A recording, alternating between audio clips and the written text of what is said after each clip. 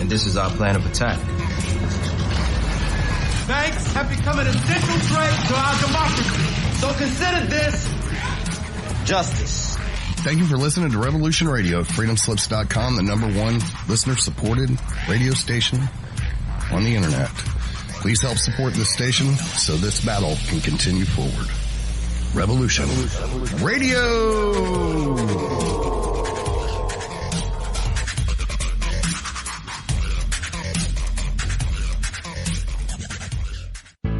Extendivite really works. Just listen to what some people have to say. Several years ago, I was developing a very severe situation. I called it my flippy heart. It was doing not good things, and I did not want to go to a medical doctor because I just knew they would give me a cover-up pill. I didn't want to get onto that sort of thing at all. When I learned it was garlic and cayenne is a healer. It is a wonderful herb. I said, I think I'm onto something here. I'll tell you, I wouldn't be without it. It did wonderful things for me. Extendivite is only $69.95 for a 2-month supply of either capsules or liquid. Call now. That's 1-877-928-8822 or visit heartdrop.com. Extend your life with Extendovite. The opinions expressed on this radio station, its programs, and its website by the hosts, guests, and call-in listeners or chatters are solely the opinions of the original source who expressed them. They do not necessarily represent the opinions of Revolution Radio and freedomslips.com, its staff, or affiliates. You're listening to Revolution Radio, freedomslips.com, 100% listener-supported radio, and now we return you to your host.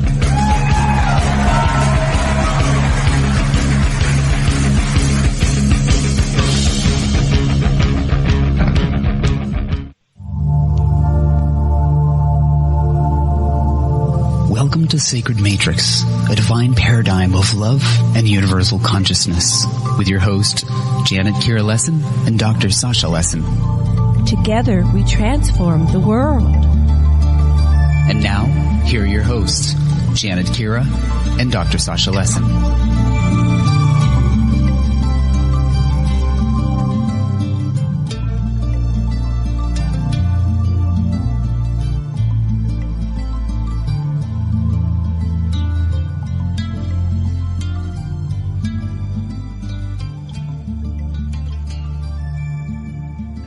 Hello, everybody, and welcome to the Sacred Matrix on Revolution Radio at revolution.radio, and I'm your host, Janet Kira Lessin, with my co-host, Dr. Sasha Alex Lessin. Our producer is Thomas Becker, and this is Revolution Radio, and we have two very special guests with us today, Andrew D. Bishago and Michael Macintosh. And let me tell you a little bit about each person. We're not going to go into great detail. I have a full page listed on aquarianradio.com for those who want to go and check it out. And so Andrew D. Bishago is a leading figure in the Truth Movement. And he is best known for revealing publicly his life experiences as one of America's first-time space explorers and Mars visitors. He's a lawyer, writer, public speaker, media personality, former U.S. chrononaut, and 21st century visionary. And Andy is running for president in 2024. I know it's a bit early, but now's the best time to talk about it. And we're going to talk about his involvement in DARPA's Project Pegasus and the CIA's Mars Jump Room program. And down to Michael Macintosh. He's an American musician, minister, international businessman, builder, statesman, veteran, former Obama administrator, advisor, former U.S. chrononaut, and Mars teleportation program participant, remote viewer, and extraterrestrial contactee. And he is running for the president of the United States in 2024. So we brought two of these people on today to talk a little bit about these issues and what's going on. And I wanted to bring on Dr. Sasha Alex Lessin before we bring on Michael and Andrew. And I'm getting a lot of feedback. How's it going on your end? Okay, I can't quite hear you. You're kind of echoing. Can you hear me? No, Hello, I'm gonna. Everybody who ain't talking needs to mute. That's the problem. Okay, so if you're not talking, mute. Okay, go ahead, honey. Okay, so can you hear me now? Okay, so I find it interesting to think of the universe as from Talbot's idea of a holographic universe where the fractals of everything is in everything, and so that it's very interesting. So our guests talk about their experiences in the jump room and time travel. Let yourself feel a part of yourselves that vibrates with that kind of experience, and you can allow this confluence of experience to grow within you because you've got a fractal of Andy and Michael within you. But I would just like to say a word about because I'm trained in whether people are remembering things and how they are doing it. And so I've actually been able to experience Andy, and I can tell you, he is telling you what he saw. I have taken all the professional measures, and he's telling you what was real. I'm telling you. Okay, so that's my introduction.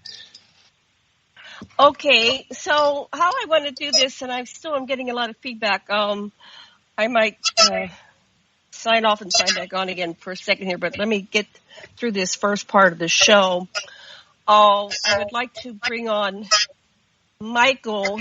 And well, first of all, I want to do a little sound check, but I want to start with Michael so he can give a little bit of his background, because most of us are familiar with Andy's background. Andy's been on our show a dozen times and been on a lot of media over the last 20 years. But Michael's kind of new to this whole field, and I'd like him to come on and give a little bit of his background for about 10 minutes. And so let me start with Michael Macintosh. Hi, Michael. First of all, hi, Janet. Check. You're coming in loud and clear. Good. So give us about 5 to 10 minutes of who you are, how you got involved with extraterrestrials, and how you got into this Mars teleportation program and jump room and all that stuff. Okay. Okay. We'll listen for about 5 to 10 minutes. Go ahead. Well, you're asking very, firstly, difficult things for me to remember, to be completely honest, as a lot of this started very early in my childhood. You're talking like age 5. And I come from a sort of very heavily military connected family and background. Multiple generations of military in different countries, as including the United States. But let's see. When I was 5, I was living with my parents temporarily in Western Canada. My dad was working there, and that was when I first encountered extraterrestrials, and indeed top secret government projects. Almost within a few months of each other, I encountered both. And I was heavily memory suppressed after these initial encounters and didn't fully recall them until really only a couple of years ago, when I was recovering from a car accident, and I was endeavoring to sort of delve into all of the trauma that I had experienced in my life to figure out why I was having certain recovery issues, basically. And this led me to search out all kinds of information as to what I could have experienced that led me to not be fully healing from the trauma, my life trauma after this car accident. So this is what led me to somehow stumble across the research of our other guest, Andy Basiago. And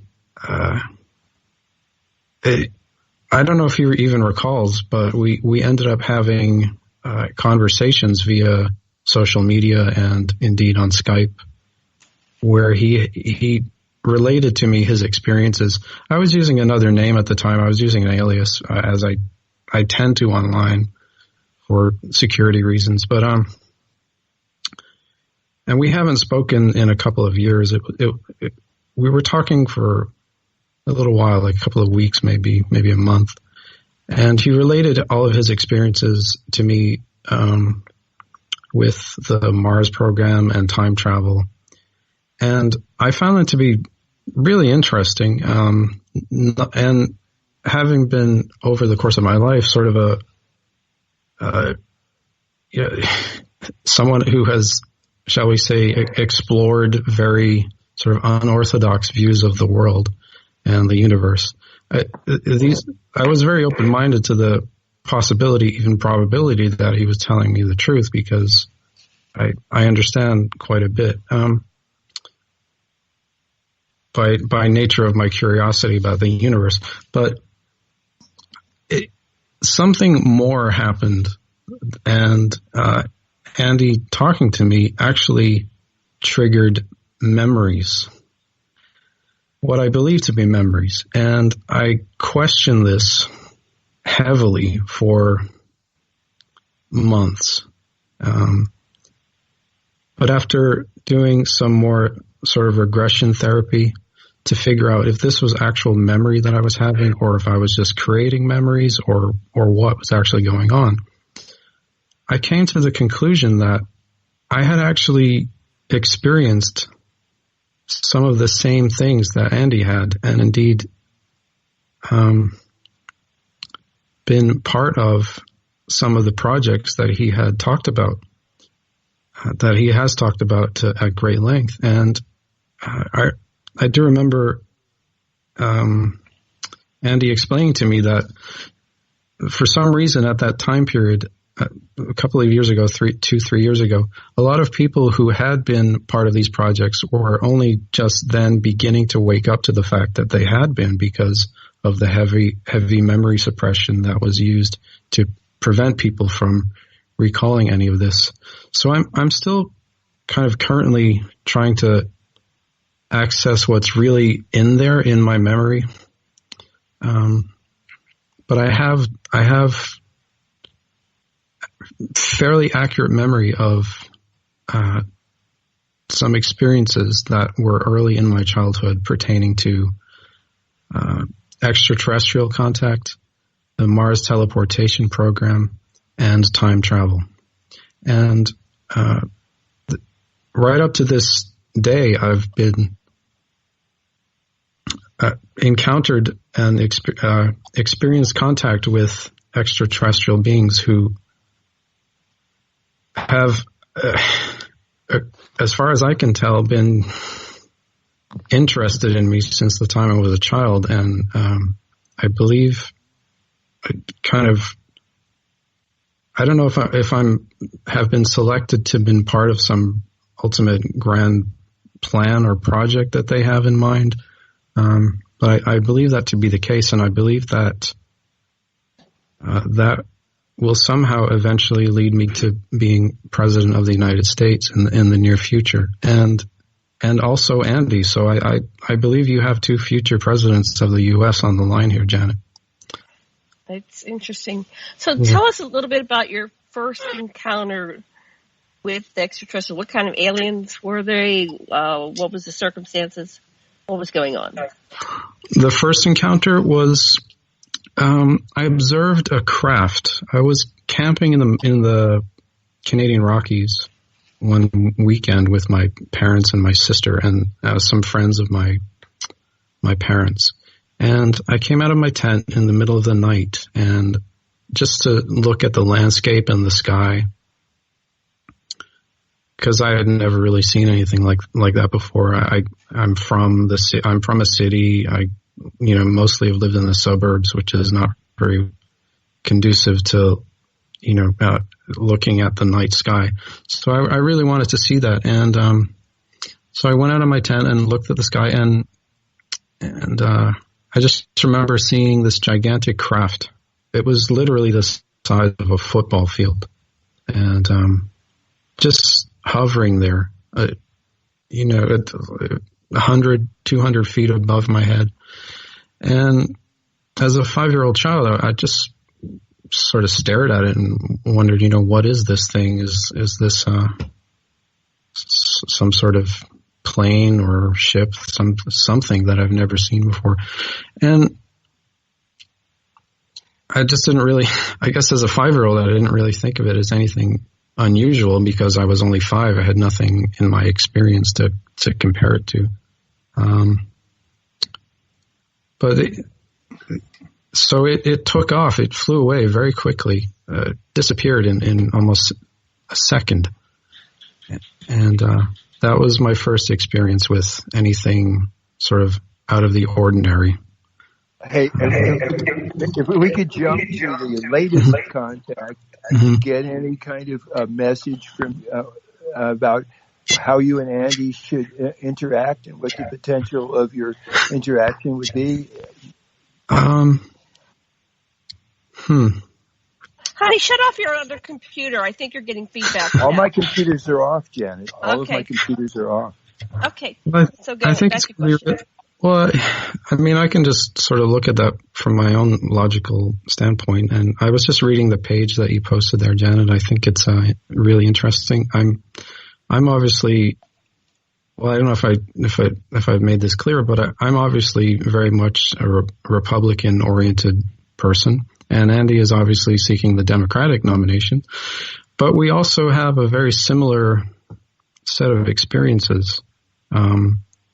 So I think it's very interesting in that we could work together very easily and work particularly to bring the country together, because in case you hadn't noticed, the left and right have been at each other's throats for the last 20 years at least. And I kind of look at it as though we're in a de facto civil war, frankly, but it's just nobody's come out and said it. But I would like to see that end, and I would like to reach out to Andy right here and let him know that I don't want this back and forth tit for tat bickering and virtual warring, civil warring to continue. And if he's going to, represent the Democratic Party at some point, I would like to absolutely see that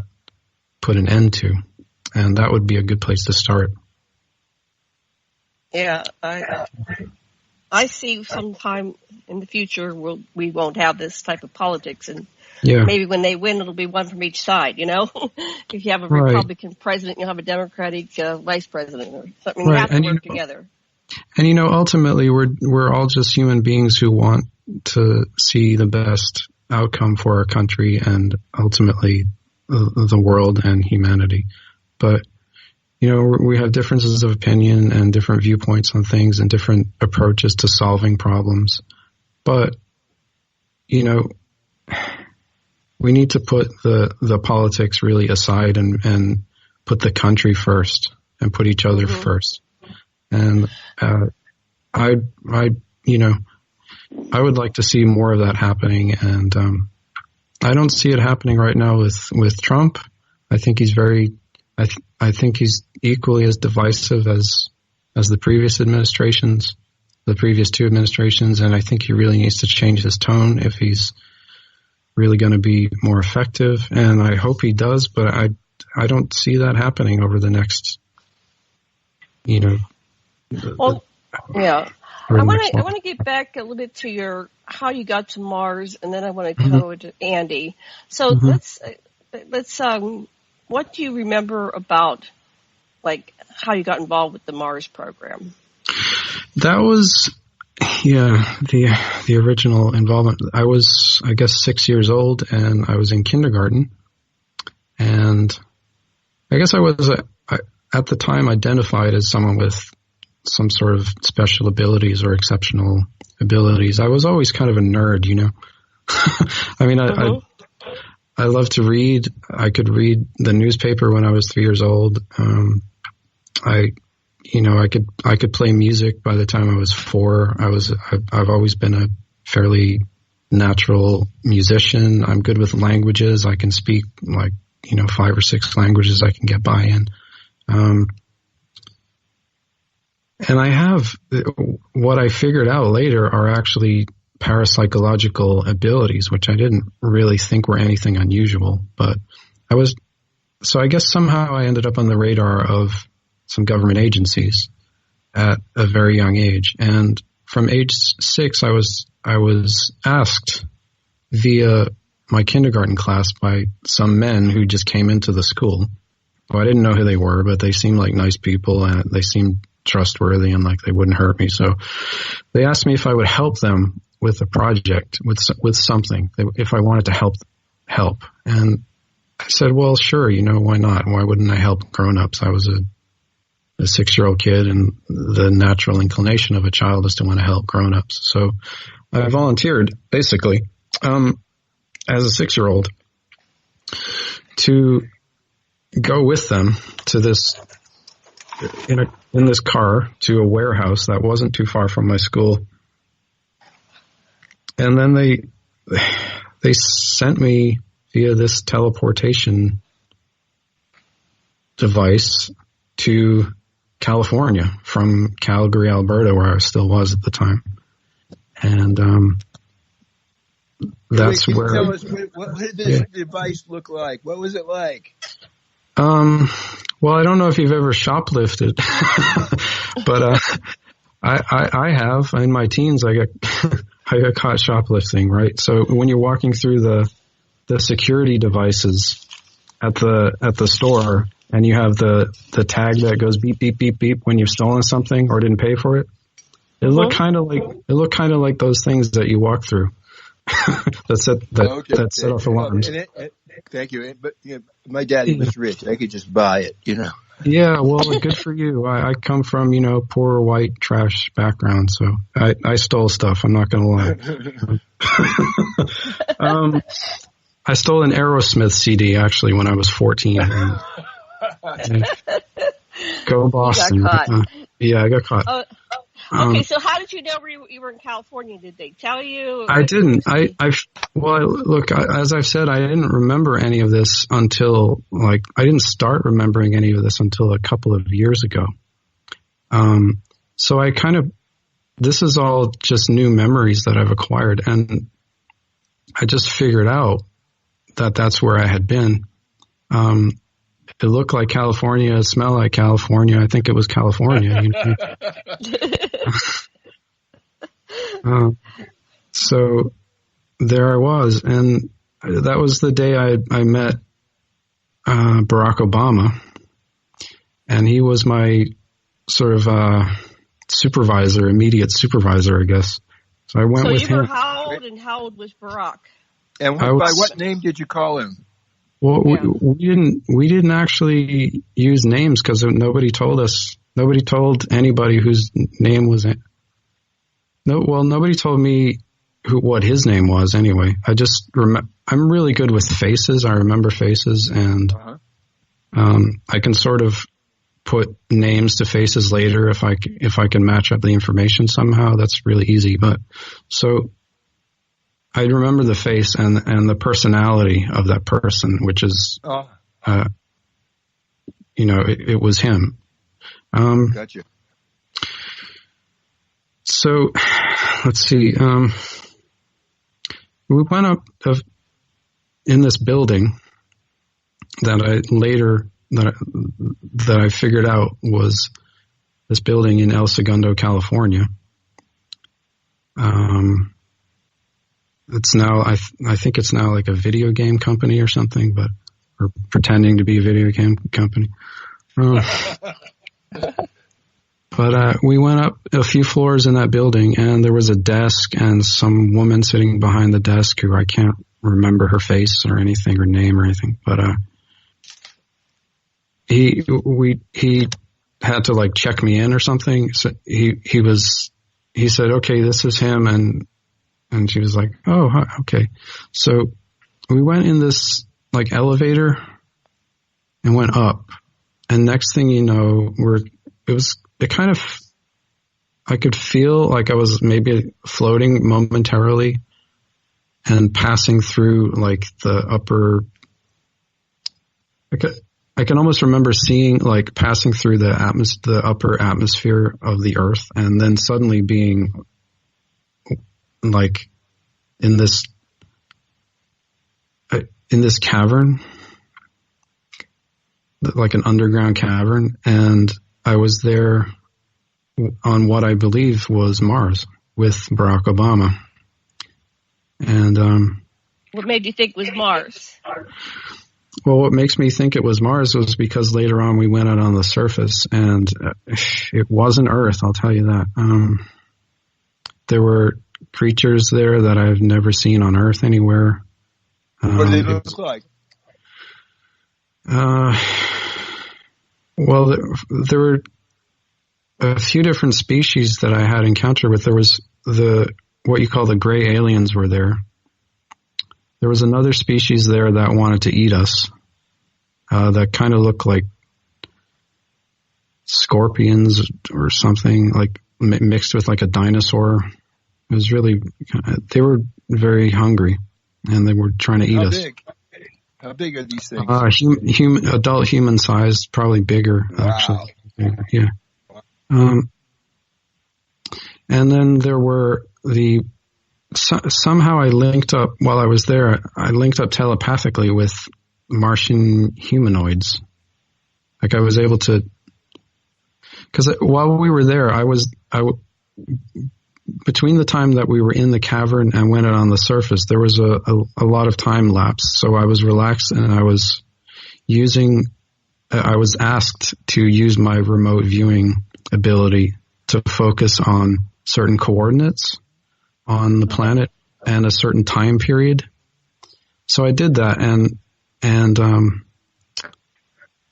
I was there to basically what I think was there to remote view the surface of Mars and to figure out what Mars had been like a million years ago. And a million years ago. Wow. Yeah, a million BC. And now that information has now been published by the CIA on their website. It's been declassified. It was transcribed in 1984. It was recorded by Obama himself, who I believe is also has parapsychological abilities and was able to kind of link up to my mind and interpret what I was visualizing. And either he recorded that or communicated it to somebody via a communications device of some sort. I'm not sure what the technology they were using was, but he was talking while he was linking up to me. So it was into something, or maybe it was a tape recorder. I don't really know, but.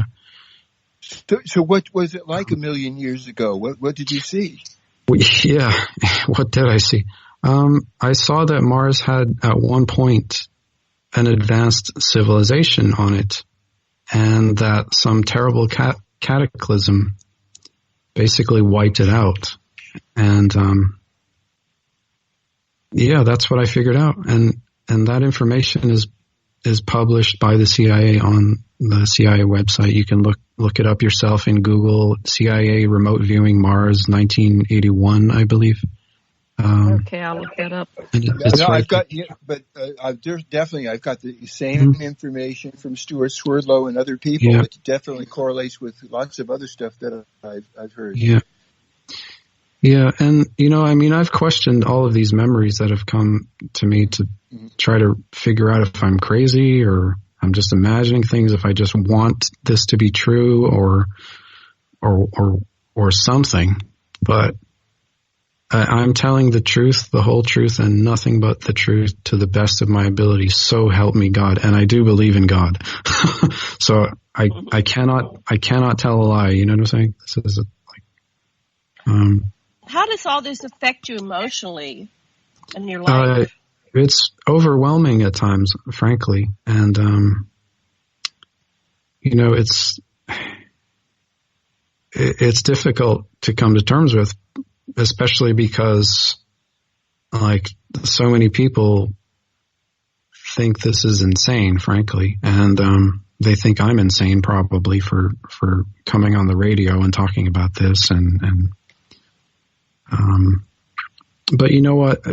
I've been thought of as crazy before in my life, so this is nothing new to me. I was crazy when 9/11 happened, and I knew what really happened like the week after.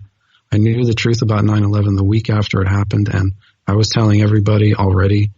And I was crazy then, so I'll be crazy now, I guess, for a different reason. But yeah, you know, it's also in a way I look at it as a privilege to be able to kind of be maybe one of the first people to help the rest of humanity come to the realization that our history is very different than we're taught, obviously, and there's a much greater reality to the nature of our existence than what people are led to believe, and that's really been the main purpose of my life, frankly, for the last 20 years at this point, is to help people come to realize the truth. And that's why I became a Christian minister in 2000. I teach, I help people learn, and this is what I do. And so this is just another thing to add to that list of things to help people learn about, as far as I'm concerned. Wow. Did you ever have a face-to-face on Mars with Andy? Did you ever see him and interact with him? Now, this is where this gets interesting, yeah, because when I was there, when I was 6, I do remember 2 other people came up shortly after I had been there with Barack Obama for a little while. And one of them, I believe, was Andy, was like a 19, 20-year-old Andy. That's a face that I remember. And another one of those people was me. It was my older self. So I don't know I don't know if Andy has memories of that, but I certainly do. And if he doesn't want to talk about that, that's totally fine. I understand, but I have these memories, and I guess that's what I'm trying to communicate. You're breaking up horribly. I don't know if it's just me. Is Michael breaking up horribly for everybody else? No, we hear him fine. I hear him fine. Okay, I'm gonna sign off and come right back on because I have a poor connection. Go ahead, continue. I'll be right back. Yeah. So, Michael, have you learned anything in dreams or entheogenic journeys or further meditation? What's the expansion that you're getting now? Yeah, well, since we started talking about this on the air, I actually have experienced more memory recall, what I believe to be memory recall, and other things which I believe might be chronovision, which is an ability that I have where I'm able to see into my own future sort of and see future events, but I get them confused as memories. So sometimes they involve time travel to the past, so they effectively are memories anyway. So it's kind of interesting, but I don't know what you mean by theogenic. So if you could elaborate on what that means. It's psychedelic. What happens when a person takes dimethyltryptamine or lysergic acid diethylidomide, they get out of their usual operating ego and can access parts of their intellect and beyond that, spiritual levels of consciousness. Right. Well, I suppose having taken LSD already didn't hurt being able to do that. So,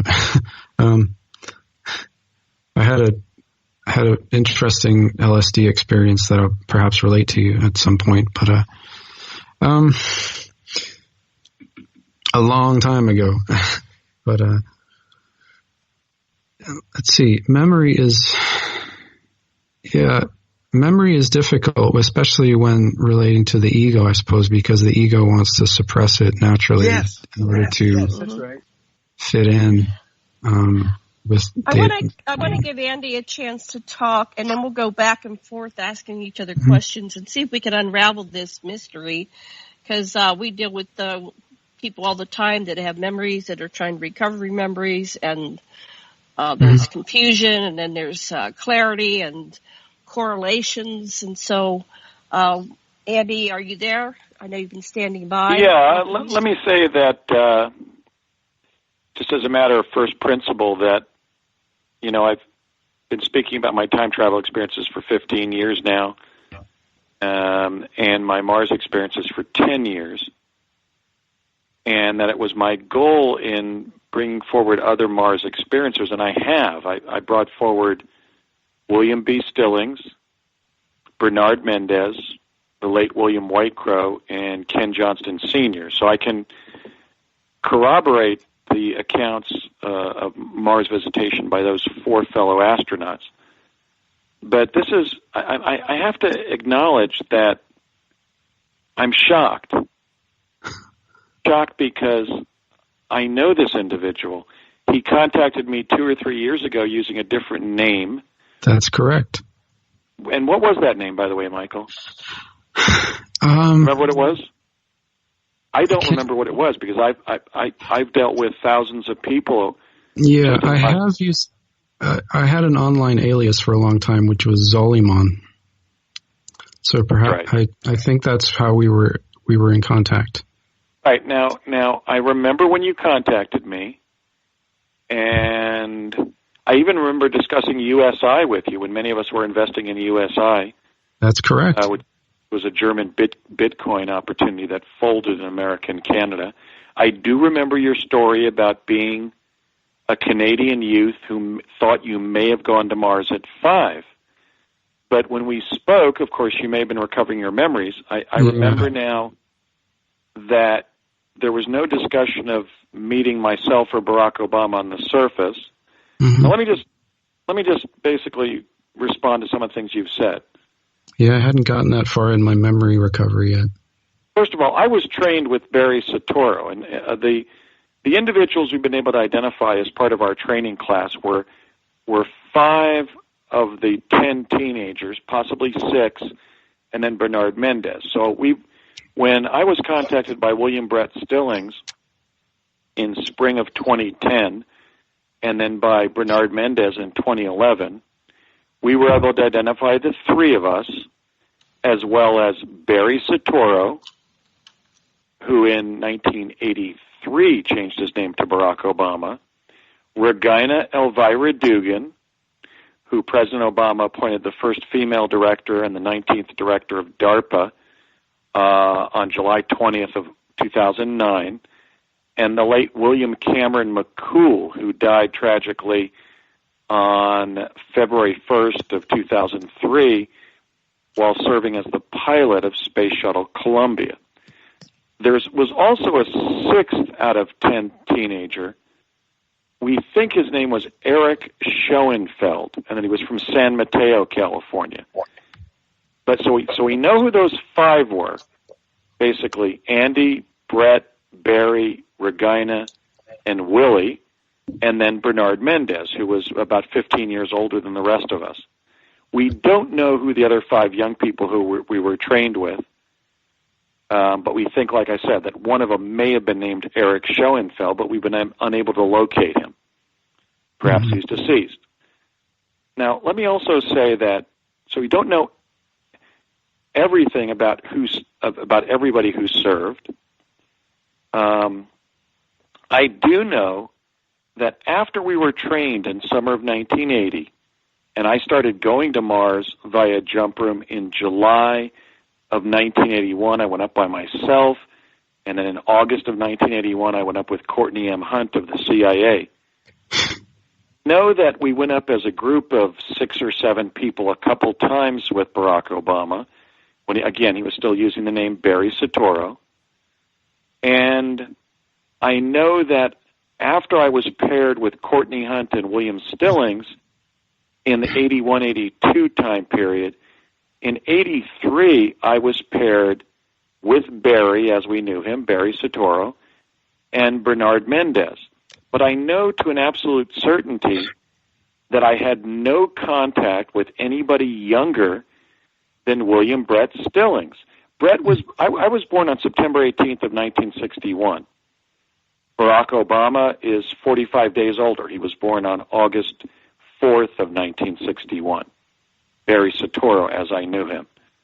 And then Willie McCool, for example, was born on September 23rd of 61, 5 days after me. And Regina Dugan was about a year and a half younger. She was born on March 19th of 1963. And then William Brett Stillings was born on December 22nd of 66.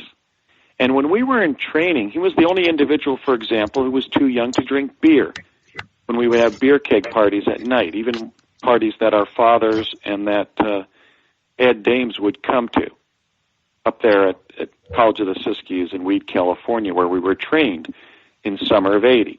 And there was a real issue as to whether or not Brett should be serving.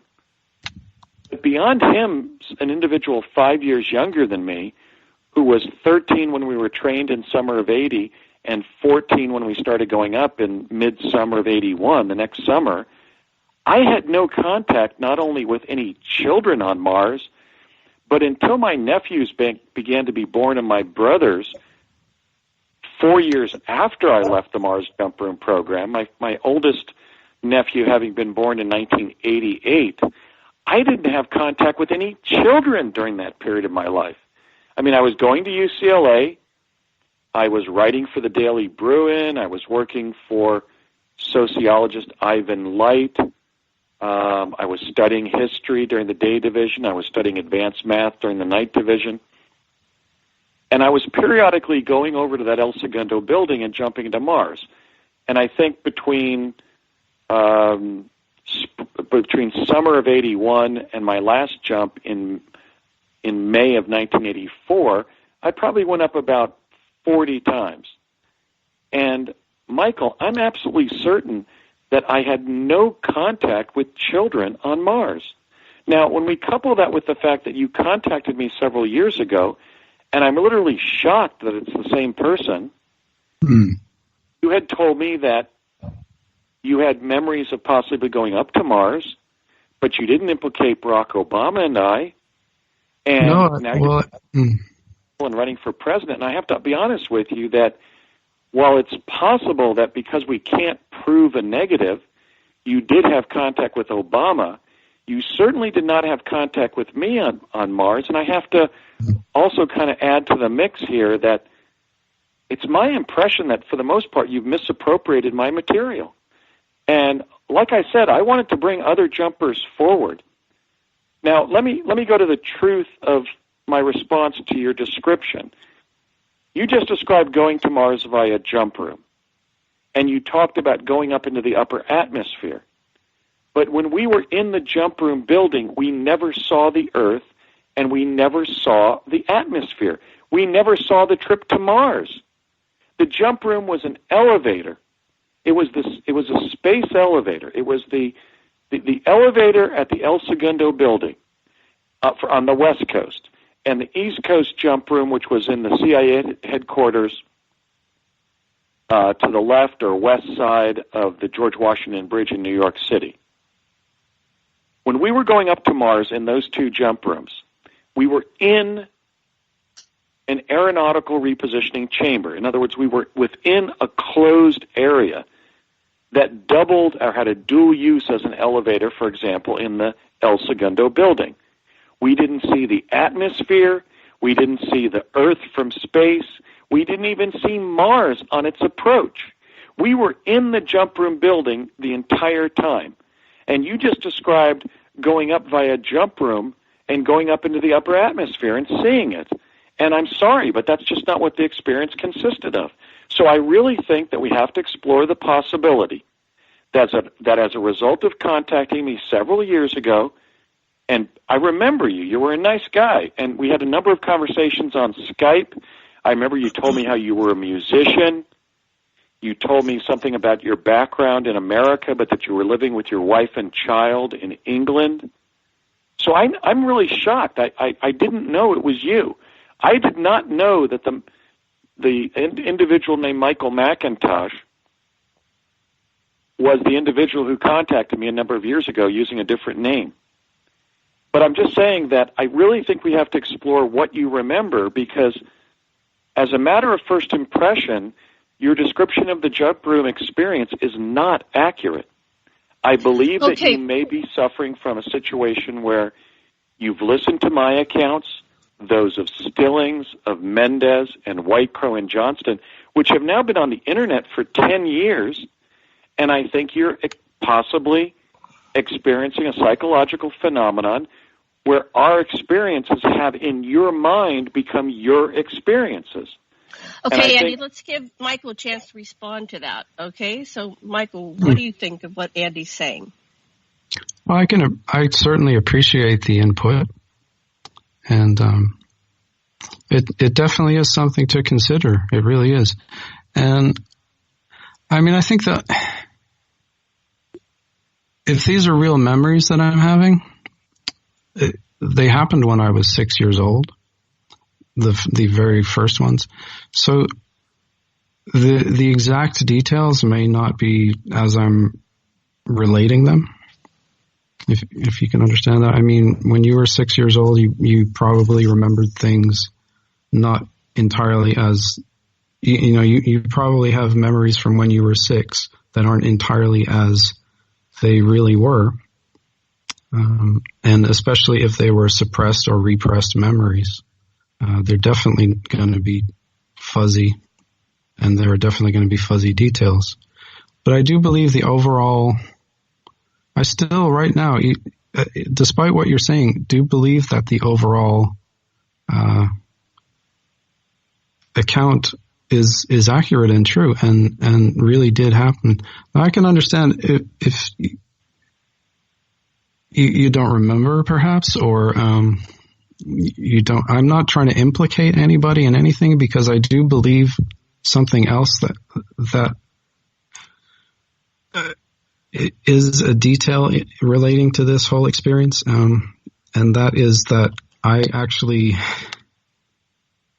gave permission for my 6-year-old self to be used in this project as an older person. So this is where it gets really interesting, when you start thinking about, can we give consent for our younger selves in time travel to participate in experiences? But I suppose that's an issue for the future of time travel legislation, whenever that gets. Let me ask a specific question. Sure. And let me just say in prescript, like I said, I do remember you now, and you were a heck of a nice guy, and I thought you were a brilliant musician. I listened to your music, you may recall. Well, thank you. I appreciate that. Yeah, I thought it was very avant-garde and innovative, and I was impressed. Well, thank you.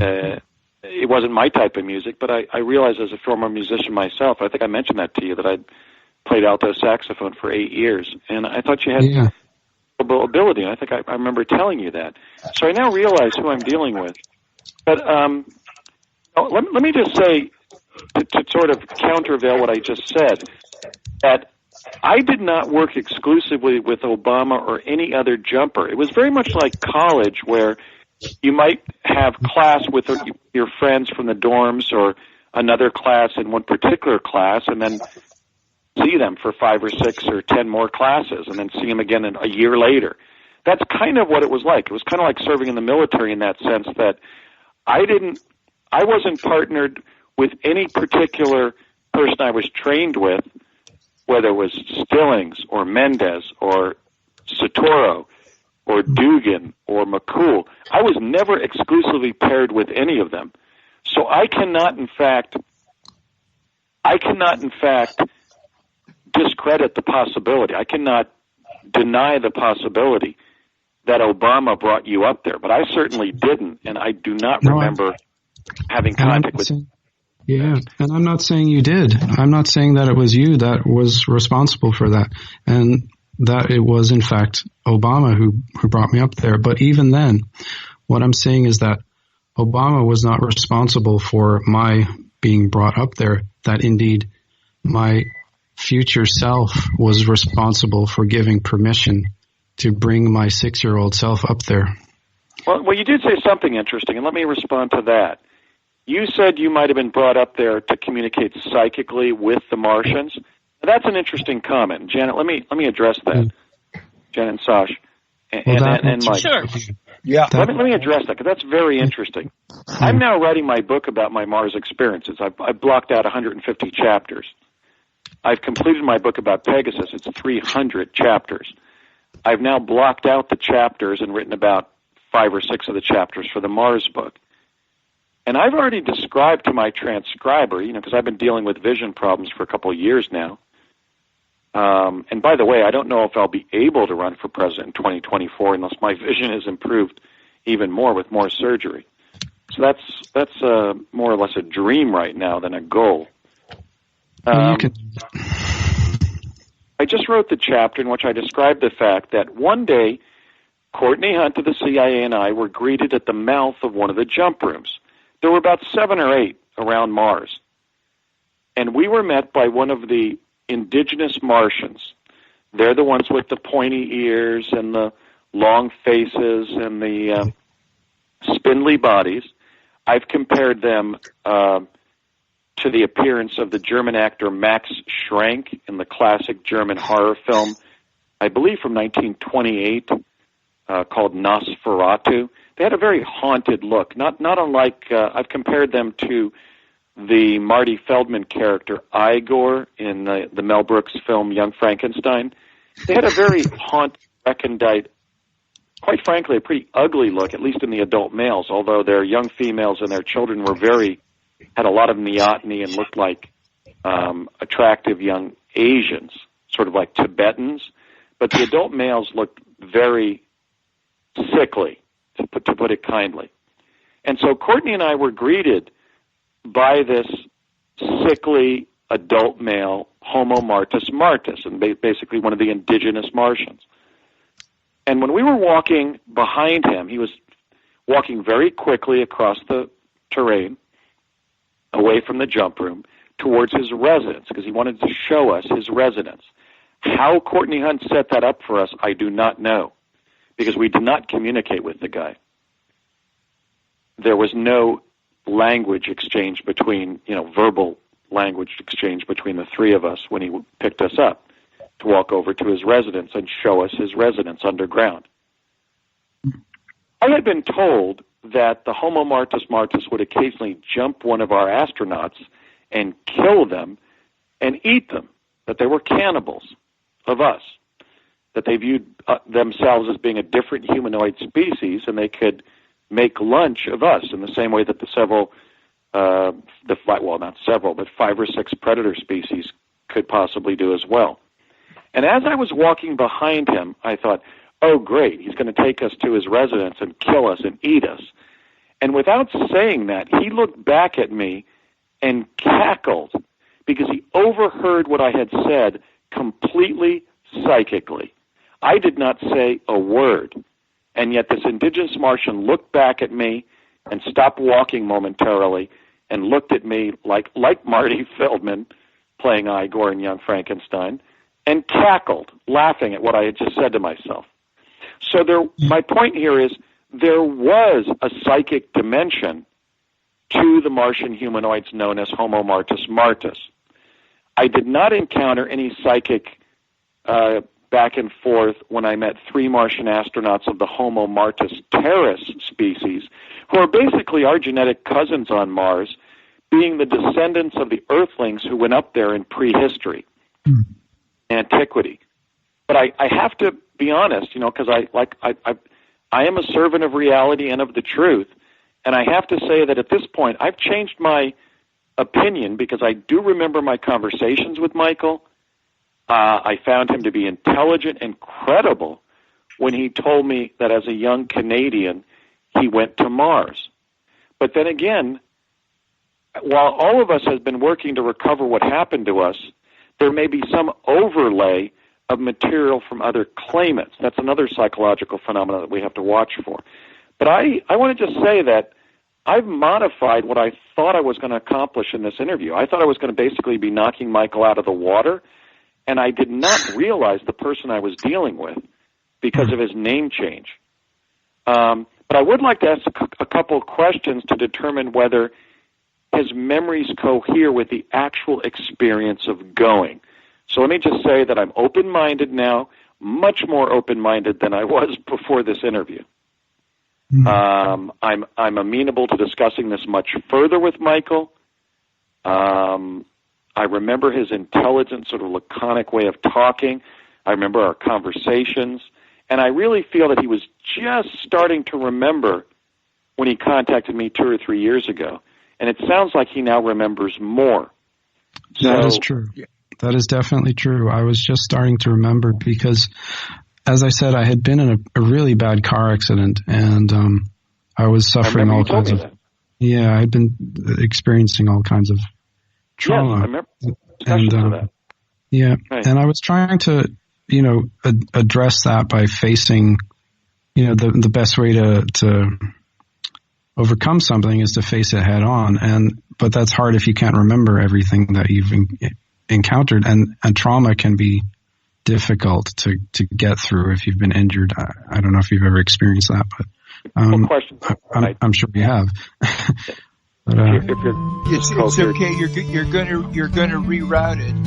The elephant of reality is grasped at 2 different places by the 2 of you. Which one has it by the balls? Hold that thought. They can't hear what you're saying. We'll be back in 5 minutes. We'll have you say that again, Sasha.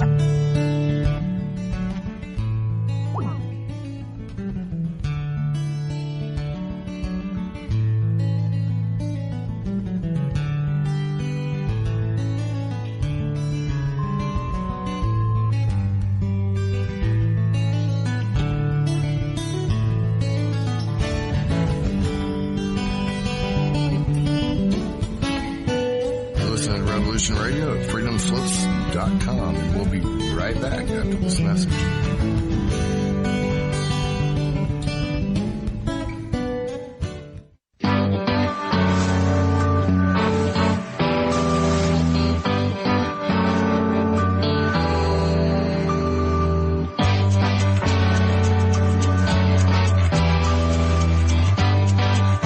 We're an anarcho-syndicalist commune. We take it in turns to act as a sort of executive officer for the week. Yes. But all the decisions of that officer have to be ratified at a special bi-weekly meeting. Yes, I see. By a simple majority in the case of purely internal affairs. Be quiet. But by a 2/3 majority in the case of more... Be quiet. I order you to be quiet. Look, you stupid bastard, you've got no arms left. Yes, I have. Look. It's just a flesh wound. I don't believe I've seen such a display of courage, skill, nerve, grace, and stupidity. I'll do you for that. What? Come here. What are you going to do, bleed on me? I'm invincible. You're a loony. The Black Knight always triumphs. Roundtable Live Monday through Friday, 1 a.m. till 4 a.m. Eastern Time. Bring your mind, bring your ideas, bring your voice. King Arthur had nothing on us here at Revolution Radio, freedomslips.com. Enjoy your extra big-ass fries. You didn't give me no fries. I got an empty box. Would you like another? Extra big-ass fries. I said I didn't get any. Thank you. Your account has been charged. Your balance is 0. Please come back when you can afford to make a purchase. No. I'm sorry you're having trouble. Come on. My kids are starving.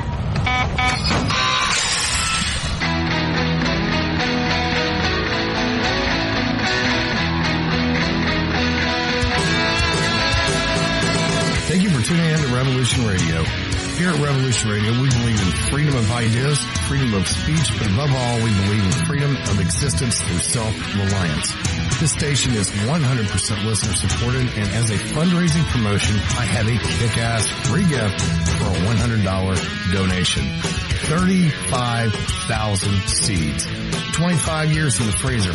Long-term storable, 54 different varieties. So if food prices go crazy, the shit hits the fan, or if you just want to save tons of money every year by creating your own food like I do, grab our seed pack special. Just look for the banner on the homepage at freedomslips.com. Don't be a statistic. Don't be part of the problem. Be part of the solution. We need, as humans, to start taking care of ourselves and not depending on the megacorps to provide unhealthy, nasty food. Included in this package is also a DVD with 900 survival and off-grid living documents and the offline home canning how to do everything website all on the DVD. So when you're growing all that food, you know how to can it, store it, preserve it, etc. with all these documents. So thank you for tuning in to Revolution Radio at freedomslips.com. I hope that you will pick up this package and start learning to be free. Revolution Radio, freedomslips.com, where information never sleeps and freedom is one seed that needs to be planted.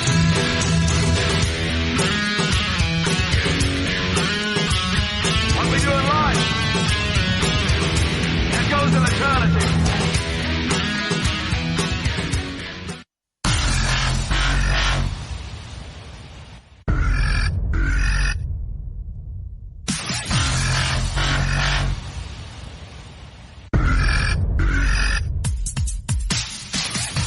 Thanks for tuning in to Revolution Radio. Here at Revolution Radio, we are listener-sponsored and commercial-free. But there still are bills to pay. In order to raise some needed funds to cover the cost, our station is offering a silver special. In the continental United States for a $60 donation, or in Alaska, Hawaii, or Canada for a $70 donation, we will send you an uncirculated 2018 1-ounce pure silver Eagle. The $70 donation, the extra 10 is to cover shipping, by the way, outside of the continental United States. When making the donation, you must put Silver Eagle promo in the notes on the donation. And thank you for tuning in to Revolution Radio at revolution.radio and freedomslips.com. Without you, there is no us. Revolution Radio, where information never sleeps.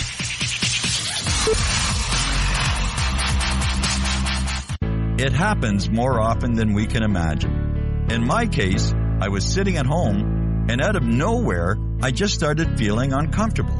Then it got worse, and I started perspiring. I tried to ignore it, but I waited too long. The chest pain came as we were driving to the hospital emergency. I felt my life clock begin to tick. I barely survived. There was lots of damage done to my heart. What do I do now? I was lucky. I took a leap of faith and tried a 7-herb formula with hawthorn, garlic, cayenne, and more called Extendivite. Herbs have been used for thousands of years to keep us healthy. If you're not using Extendivite as a preventative supplement, maybe it's time to start. To order, call 1-877-928-8822 or visit heartdrop.com. Extend your life with Extendivite. The opinions expressed on this radio station, its programs, and its website by the hosts, guests, and call-in listeners or chatters are solely the opinions of the original source who expressed them. They do not necessarily represent the opinions of Revolution Radio and freedomslips.com, its staff, or affiliates. You're listening to Revolution Radio, freedomslips.com, 100% listener-supported radio, and now we return you to your host.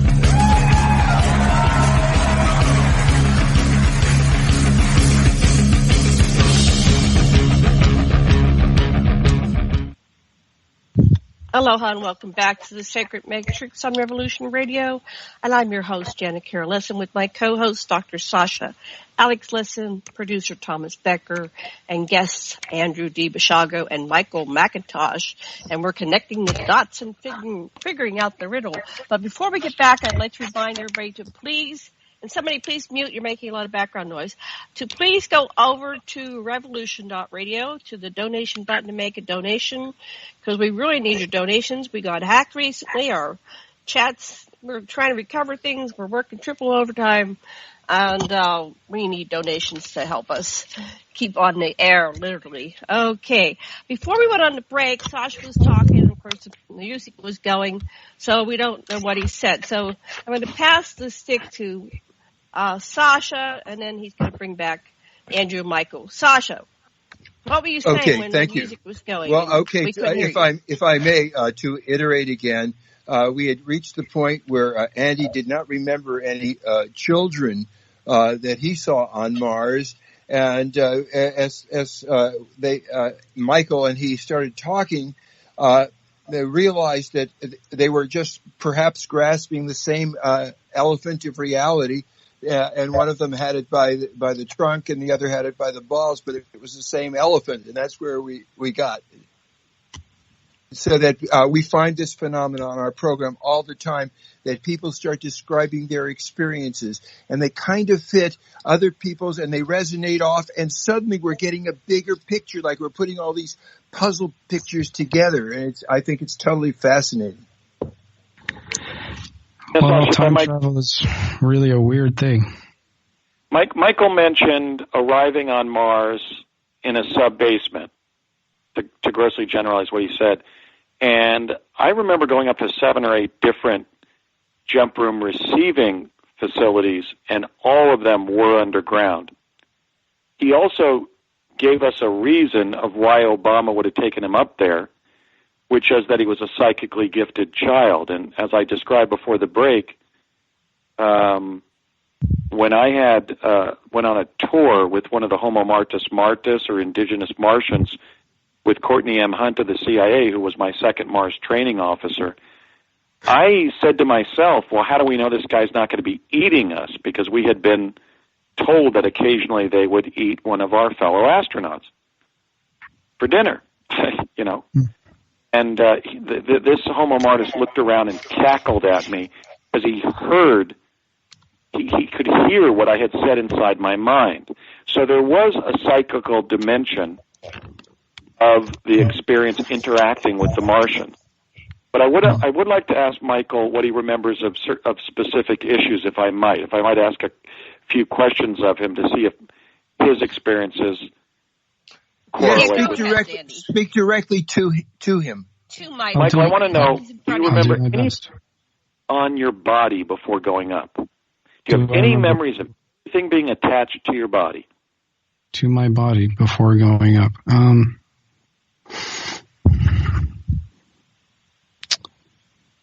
Not really. I mean, nothing clear and specific. The reason I ask is that every jumper that I knew, every jumper Earth from the El Segundo, California, or the New York, George Washington Bridge area, we would be given a pad that was about 4 by 5 inches square, a plastic piece of fabric or kind of a plastic sheet off the back of it, and it had a sticky surface on it, and we would whop it onto the chest of one of our fellow jumpers. I even remember putting it one time on the diminutive chest of Regina Dugan, and she said, "Hurry up," because she didn't want me observing her diminutive breasts while I was helping her put on this device. And after we got the sheet off the back of it, there was a surface, and we would whop that 4 by 5 inch pad onto the chest of a fellow jumper, and that was a device that read our body temperature, our heartbeat, and our respiratory function. We called it our sticky pad. Do you remember anything being whopped onto your chest like that before being sent up? No, I don't remember anything like that. Because that was de rigueur. Every time before we left Earth, we had to put on our sticky pad. We would always help each other do that. The other thing I want to ask you is... Wait. Did only one of more than in a group of people have this for the whole group? That's what it sounded like. So it would be possible that Barack had it, but not Michael. No, Sash. Every jumper had to install this. Every single one of you. Gotcha. We had to pull our shirt down, whether we're male or female, or pull it up, and a fellow jumper would pull the adhesive strip off the back of the pad, and then we would slap it onto somebody else's chest so it would stick there. We called them our sticky pads, and they were monitoring our body temperature, our heartbeat, and our respiration when we were on the surface. So I was wondering if Michael was outfitted by that, because even if he was 6 years old, they would have put it on him to monitor his basic biomedical status while he was on the surface. You know, the way we would get that in hypnosis, Michael, is we would let your chest, where the thing would have been slapped upon you, tingle and talk and really go into the chest and let your chest tell if it has any, explore those memories. That's a great hint. Well, I don't remember that. I mean, that's all I'm saying, but I can't say for sure that it didn't happen. That's also what I'm saying, because I don't. I mean, like I've been saying, these are memories of things that I believe happened to me when I was 6 years old. I'm going to be 45 in next month. So, and for most of my life, this was memory suppressed. Like I literally could not remember this for, 39 years, 36 years, something like that. Now is the time for you to remember more. As you talk to Andy and us, you will remember more and more easily, and you'll be able to integrate it into your life easily. Mm-hmm. And I'm being honest when I say I'm nervous about being on the air, so it's difficult for me to kind of regress into a state where I could actually remember accurately anyway. I sort of have to be in a very relaxed environment and focus. I usually play some, high frequency recordings to help me meditate better. And I'm sure if I do that, I could probably figure out what actually happened there more accurately, if anything. Wonderful. Thank you so much. Yeah. If I might ask another question, Michael, who asked you to go? Who asked me? I didn't get their name. There was a group of people that came into the school that I was attending the kindergarten class, and it was Forest Lawns High School in Calgary, Alberta, which had a kindergarten class in it for some reason. And they came in, they asked my teacher, a couple of them came to the classroom door, talked to the teacher for a minute. They looked at me, and the teacher asked me to come with her and go with those two guys. Then they took me in an office. I remember this very clearly, with another guy who had a clipboard and a checklist, and they asked me some questions. Check. Everything seemed okay. And one thing I remember very clearly is they asked me if I was Irish, which I am. Technically I'm Irish because my mom is from Dublin, and I found that to be very interesting. And I think that has something to do with the perhaps like genetic predisposition towards certain parapsychological abilities that people of my DNA would have. But thinking about it later, that's what I think it had to do with. But so everything to them was okay. I didn't get any of their names. I don't remember any of their names. I barely remember their faces, which is sad now. I wish I could. But, they actually, yeah. It's very interesting. Very, very interesting. Mm-hmm. What I've been is that the 7 Indo-European root races that were identified by Ignatius Donnelly, the American congressman of now about 150 years ago, or almost 150 years ago, who wrote the book Atlantis, the Antediluvian World. It looks like the Celtic, Germanic, Slavic, Italic, Greek, Persian, and Indian root races were the ones in the human population that had some Martian admixture genetically. And in our training, and in my jumps, Dinah Elvira Dugan, I believe, was Irish on both sides, and I'm part Irish on my mother's side. Very little, but Germanic and Slavic and, Italic and so forth. So it's possible they asked Michael whether he was Irish or not to see if he was Celtic, and hence had some Martian admixture going way back. in his human ancestry. Right. That's another possibility. The long-head Atlanteans preceded the roundheads that came up all over the British Isles and all over Western and Northern Europe, the chronicles that we see is that it was the Atlanteans did indeed occupy Mars too. It's everything you're saying seems so consistently correct. In fact, at the time, I didn't even know I was part Irish, but certainly I well knew that I was of Slavic, Germanic, and Italic ancestry, and that would be another 3 more of the root races that Donnelly identified that we can correlate with Martian ancestry, believe it or not. Mm-hmm. In fact, they were the populations with the green-eyed, red-haired phenotype, and what do you know? That was possessed by Regina Dugan in spades. She had extremely brilliant green eyes and red hair. That's what I have. Red hair and greenish, brownish eyes. So that's a ding. I mean, that's a correlation. Mm-hmm. Let me ask you, did you receive any kind of training before being sent up? Nothing formal. No. I mean, I had informal training because of my family, but nothing in a classroom or facility or anything like that. Do you remember any experience with anything that was done to allow you to protect yourself from predators? Do you remember any kind of training to avoid predators? I do remember what when we were out on the surface, I do remember what happened. That was,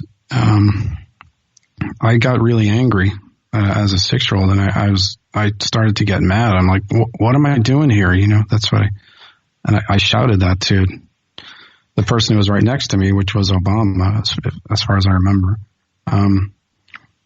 And that's when he said to the other people, we got to get him out of here. And that's when we went back. And there were creatures there. The other 2 people that were there were using weapons to shoot at the creatures. I believe they were like laser type weapons, which I've never seen in real life other than in this memory that I'm having. Photo guns, and I was one of them, although I only shot my gun once at a rock, and a fresh head of water jumped up out of a spring-like watery So this is all very interesting. I wonder if it's possible that somehow time travel is involved in all of this, and that you possibly don't remember these things because it hasn't yet happened to you in your timeline. Does that make any sense? No, but I don't discount the possibility that Barry Soetoro, who we now know as Barack Obama, may have taken you up there because, like I said, I mean, I went up a couple times in groups of 6 or 7 or 8 with Obama, and then much later in the game for me, I was paired with Obama and Mendez in a threesome, just as I had been paired with Courtney Hunt and William Stillings in a threesome of Mars astronauts. Okay. I do have a question if I could ask. I have a question if I could ask you, perhaps, if you don't mind. There were a number of times when I saw him coming in from the far horizon, so he may have dropped you off at another jump room for all I know. I mean, I'm not discounting your claims. In fact, reformatted my thinking about the possibility that, in fact, you were up there. But I'm saying that I did run into Obama a few times just in one-off, him coming into a specific jump room. So if he had taken you up in a different jump room, he could have dropped you off in that jump room and then walked over to the one that I was at, just because he was told to, or because he wanted to take a different jump room home or something like that. It's possible, because in other words, there were times in which Obama and I crossed paths on the surface, and I didn't even know what he was doing, because I had been trained with him, but we were only partnered on several jumps. Right. For Mendez. Do you remember clearly what Courtney Hunt looks like? Yes, Courtney looked very much like the picture of Mike Roman that picture in the famous picture from the Ambassador Hotel when Senator Robert F. Kennedy was shot there on June 5th of 1968, that for many years they believed was a CIA agent, and there was an Irish BBC correspondent, Shane O'Sullivan, who was trying to establish that it was Gordon Campbell of the CIA and that his friend was George Joannides, and then it was established that it was Michael Roman, the president of the Bulova Watch Company. And Courtney was virtually identical to Mike Roman in that from the Ambassador Hotel. Wow. Do you have a picture of him? Two CIA agents, but then they were positively identified as his colleague. Do you have a picture of Michael Roman that we could see, Andy? Well, here's another picture. Go ahead. I'm sure anybody could find it online. It was a famous piece that Shane O'Sullivan of the BBC did, trying to establish that the man on the left, the taller man, was Gordon Campbell of the CIA, and it proved to be Michael D. Roman of the Bulova Watch Company. That's the closest that I've been able to find any picture that closely resembles what Courtney Hunt looked like. He looked a little bit like Hunter S. Thompson, a little bit like Richard Helms, CIA, sort of Irish, Scottish huntsman look. You know. Is it? See, this is well. If you take a look at what I look like and imagine if I were maybe 20 years older with my hair gone, could that possibly be Courtney Hunt? No, I remember your picture from Skype, and I wouldn't say that you resembled Courtney. Okay. Courtney, I would say that the celebrity that closest resembled him, I would say, would probably be Dr. Hunter S. Thompson, the late great gonzo journalist. But the picture of Michael Roman, Ambassador Hotel, the night that Bobby Kennedy was shot there, comes very close to what Courtney looked like at age 51 when I first went up with him in 1981. That's the best I can do because I tried to stay in touch with his kids, but they kind of did not want to be in contact with their dad's colleagues. They knew he was a CIA agent, and they wouldn't cooperate with giving me a photograph of him. I don't even really have a Billings father. I mean, I've published good photographs of my own father, who went up once in that May 1984 jump. But Courtney and I went up a lot. He's going to play a major role in my book. I mean, we went up, I would say at least half the times I went up with Hunt. Both during the day and at nighttime. Wow. Now, let me ask you this. Do you remember when you were taken up there, remember any celebrities or VIPs being mentioned? Because there were some pretty distinguished Americans. Wait. Can we just go back to this Courtney Hunt thing? Sure. Michael, did you imply that you thought you might be a time traveler and that you were Courtney Hunt? Is that what you were implying or not? Well, it's a theory, I suppose, at this point, that indeed Courtney Hunt was a time traveler from the future, and that at this point he is me. I know that sounds... Michael, tell me about your fingers. Are your fingers all normal in their morphology? Are there any anomalies in your... Just a scar. That's it. Well, Courtney had a right index finger that had a bulbous end to it. It was long. The finger was longer and had a round bulbous end to it that was quite abnormal. I don't know how he injured it.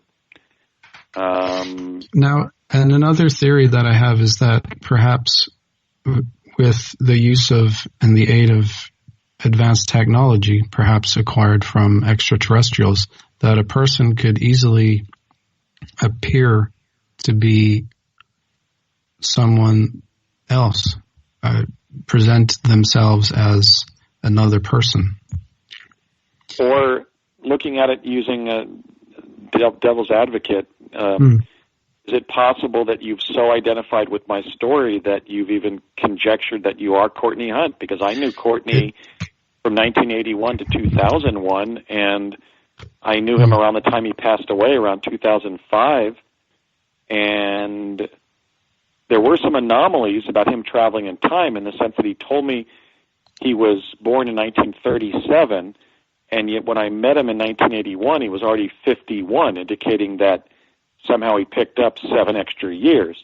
But, of course, my father picked up 8 extra years in quantum displacement, and I picked up about an extra year in Pegasus. So Courtney was, by the way, Courtney was, in addition to my father and I and Ed Dames and William Whitecrow, Courtney Hunt was one of the few individuals who was both on Project Pegasus and then on the Mars Jump Room program. But I knew Courtney, I met Courtney when I was a kid on Pegasus. He actually... You were about 6, right? It was like 1966? No, I started in Pegasus in 1967, 68 when I was 6, because I was born in September of 61. But when I was about 10, I was sent back by my father from New Mexico via teleportation to tell them that the adults in the program could not jump home via teleportation. They were being knocked back into the lab, but kids could get through because they were small enough to get through. So somehow the teleporter was malfunctioning, and that somebody had already you met Courtney in the mid '60s. Is that correct, or initially? Well, Courtney, that was around 70, 71. Courtney actually took me inside and didn't listen to me when I got to Curtis Wright, and he put me in the chair in which I was. I had a halo placed over my head, and I was electromagnetically shocked to forget that I had just teleported home from New Mexico. Right. So that was Courtney in his 30s, and then he appeared 10 years later, 30s or 40s, I should say. Then he appeared 10 years later in 1981 when he was made my second Mars training officer after Ed Dames, and he was born in 37, but it was as if he had been born in 30 because it was 1981 and he was 51. And he and his wife told me that. So Courtney Hunt definitely time traveled, but I think the assertion that you're Courtney from the future is a little bit of a stretch. Well, I'm not asserting anything. I'm just, I suppose, speculating and theorizing at this point. The classic, I've described him as the classic cigarette-smoking man from the CIA, maybe the inspiration for the one on X-Files. He was a smoker and very thin and very intelligent, somewhat cynical. He had a kind of a perverse sense of humor. But it was ultimately... Sounds like my kind of guy. Who was protecting those of us as best as they could, just as I was. In fact, Courtney and I had the discussion whether or not we were going to shoot one of our fellow jumpers when he got onto the surface and was mentally discombobulated and threatening to other jumpers. We were supposed to basically terminate his life at that point. And it was Hunt and I who decided that we wouldn't. We walked that jumper back to one of the jump rooms and pushed him in and told the technician to send him home. And he was rehabilitated and then rejoined the program. So Hunt was ultimately a good guy, although he was kind of a scary guy as sort of the cigarette-smoking guy from the CIA. But I think the possibility that you're him from the future or something is a bit of a stretch. Because I knew him and his wife. Well, does times lived in Chatsworth where I did. About Michael. I don't smoke, but I could start. I don't smoke, but I could start. If this all ends up being what I think it is, then I'm certainly going to start smoking. I'm telling you that. Well, Hunt lived in Chatsworth, California, where my family lived when I was going up to Mars. Yeah. And it was years later when I correlated that he was the guy that I had met in Pegasus. And then he confirmed it when I called him, and he laughed that I had remembered the whole thing. So I knew Courtney and his wife, Linda. I believe she left him before he passed away. And I was in communication with him up to the end of his life, up to around 2005. For a good 25 years after he was my my comrade on Mars a number of times. And actually, anyway, the one thing that I want to know is when he gave you that thing on your head, was it pain? Did he inflict pain on you with that thing? Well, it wasn't Hunt. It was Ed Dames who was, and in fact, Dames, again, another individual who served on Pegasus, who then served in the Jump Room program. He was always telling me things, even when I was a kid working with him. And I remember that Ed Dames told us, before he put the device on my head in El Segundo, that it was the American reverse-engineered version of the Soviet LIDA machine. That's L-I-D-A. What the LIDA machine was, as developed by the Soviets, is the device that makes a bunch of racket in your head. Basically, it sounds like listening to 10 hard rock songs at the same time. And while you're listening to it, you're told to forget what you're thinking about. And he described how, and essentially had a with that every time we would return to El Segundo. So that's what was used to create this decades of forgetfulness by the Mars jumpers. We figured that out. It was the use of this electronic dissolution of the brain, electronic dissolution of memory device that the U.S. intelligence community had reverse engineered from a Soviet device. I remember Dames telling me that.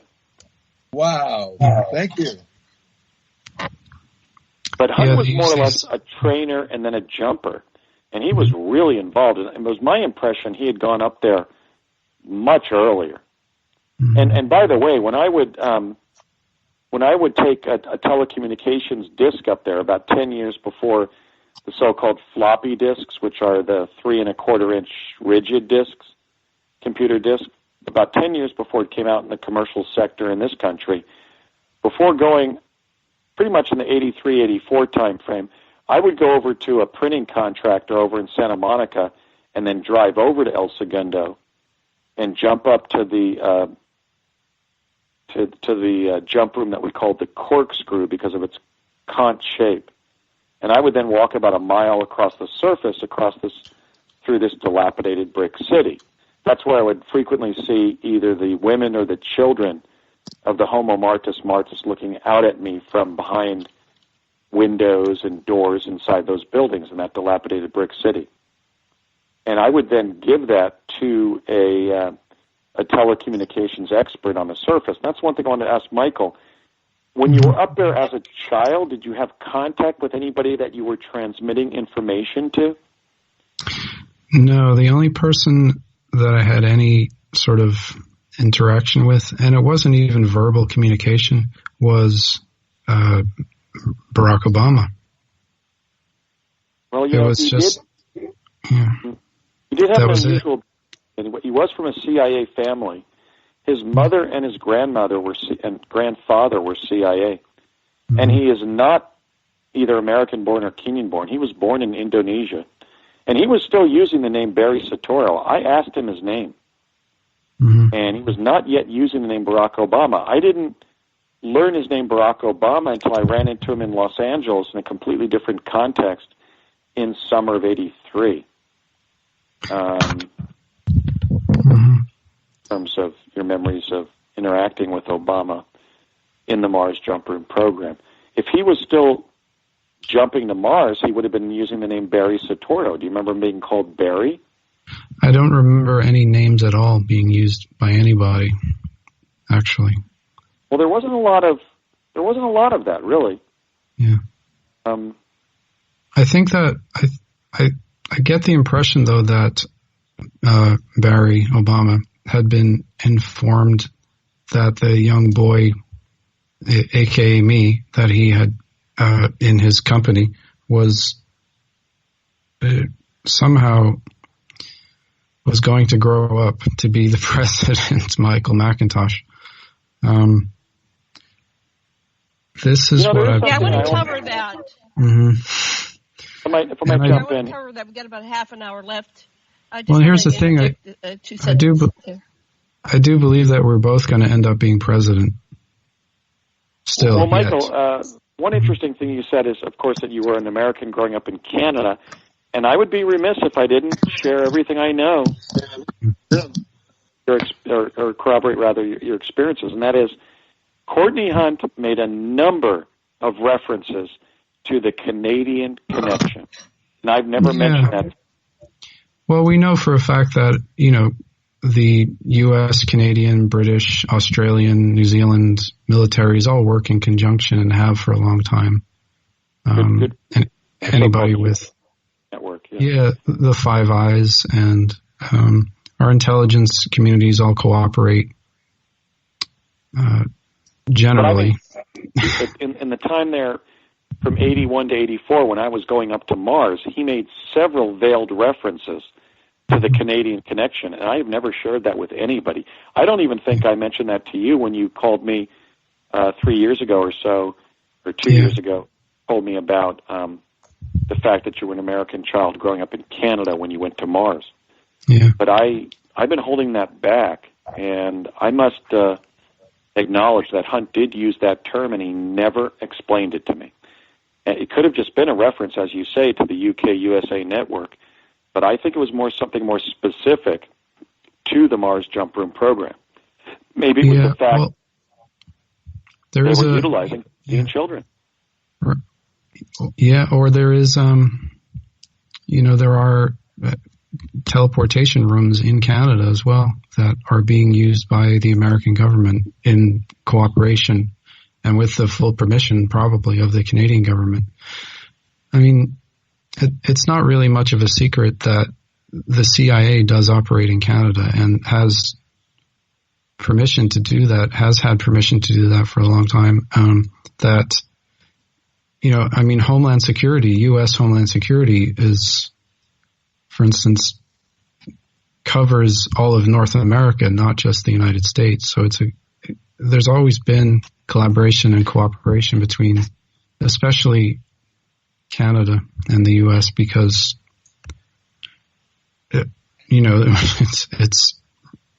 we share a border, so there's mutual interest, mutual security issues, mutual military pursuits. And the same goes for the UK, Australia, New Zealand, other countries, especially in Europe. Michael, how did you find the air up there? If I recall correctly, which you have me doubting whether I'm recalling correctly, and I'm being completely honest. So I appreciate you encouraging skeptical thinking in this, because this is how we're going to get to the bottom of things and figure out what the truth really is. That's what I love about the 60s generation. You guys are a bit more skeptical than I am. I'm a naive millennial, But I found the air to be, I guess, sort of, if I recall, sort of moist, a bit heavy, but not unbreathable. Was it difficult to breathe there? Was it difficult? Not to me. I mean, it was, what I noticed most was the gravity and how much easier. How far could you bound with a single normal stride? I didn't try to do that, but what I do recall is trying to lift, push my arms up into the air, and it just sort of feeling like I was much, much stronger than I was down here on Earth. So I guess that would relate to the gravity difference somehow. Were you given a breathing apparatus before going up? No, none. I remember there being a blue sky, no clouds. What year were you born, Mike? 1974. Born in 74. Yeah, end of 74. So I'm a 75 model. Think of it like a car. But. So let me see if I have my math right here. So you were about 8 when we started going up in 81, right? In summer of 81? I I would have been, let's see, 75, 76, 77, 78, 79, 80. I would have been 6. You would have been 6 in 81? Yeah, about to turn 7 in August of 81. Right. Well, I must say that your description of the atmosphere is quite accurate. Mm-hmm. The 7 or 8 jump rooms that I arrived at there in the equatorial region of Mars, and the air was frequently moist and heavy, and somewhat hot. Certainly during the day when we were going up there, it would cool off tremendously at night. That's where we were leaving. And there was a slight lifting sensation because Mars is smaller than Earth by about 40% the size of Earth. Now, we should have been able to stride about 7.5 feet with each 3-foot normal male stride, and one of the mysteries is we could only stride about 4 feet. So presumably a child would have had the same offset. In other words, if you could stride 2 feet, let's say, as a child, you should have been able to stride maybe 2.5 feet as a child. Yeah. We should have been able to stride much further, and the theory is the Earth and Mars are relatively hollow, so that the 40% size of Mars does not matter and did not confer a 3x capacity to stride. We could only stride about an extra foot. So as adult males, we could take or young adult males in my case, we could take about a 4-foot stride. But I do remember that sensation in the arms. We did feel a little bit stronger or a little bit more capable with our physical movements because the gravity differential on Mars allowed it. Yeah, that's a clear memory I have as well. Consistent. And the taste of iron, the moisture in the air, a blue sky. I mean, I remember a very clear blue sky with no clouds. I remember... Excuse me, guys. We're running out of time here, and I want to interject things about the future president and how you believe that you're both have been selected as future president. So, Michael, what makes you think that, I put it on the site, you have all these future presidents. Where do you get that information? And you have on your timeline that Andy's one. So, explain that to us, please. Time travel. And I've talked about this before with you where when I talked about when I was 5. We have new people, so we have new people. So and Andy's not heard it. So start fresh. Okay. Well, when I talked about it before, when I was 5, I encountered extraterrestrials, and they took me on a fantastic time space travel journey, and I got to visit our current future and look at the historic record. And after piecing it all together, I believe that I know who the next several presidents are. And Andy is definitely one of them. And so am I. I don't want to be president of the United States. I don't want the job, but I mean, if it will help the country and help pave the way in some way for what Andy and other people envision for the future of America, I will absolutely jump at doing the job, because I love everything that Andy is saying, and I want to see it happen. Frankly. So what do you know what happens to bring this about? Because you're totally unknown except for a couple of radio shows. Now, we know that Andy's been talking about this for quite a while. He has. So give us a... Well, I think that just given the position that I've found myself in, which is, I mean, I know you guys have never heard of me, but I'm in a very successful music group. We're a multi-platinum selling band. And I think from that standpoint, I actually do have a very large audience and a very large support base.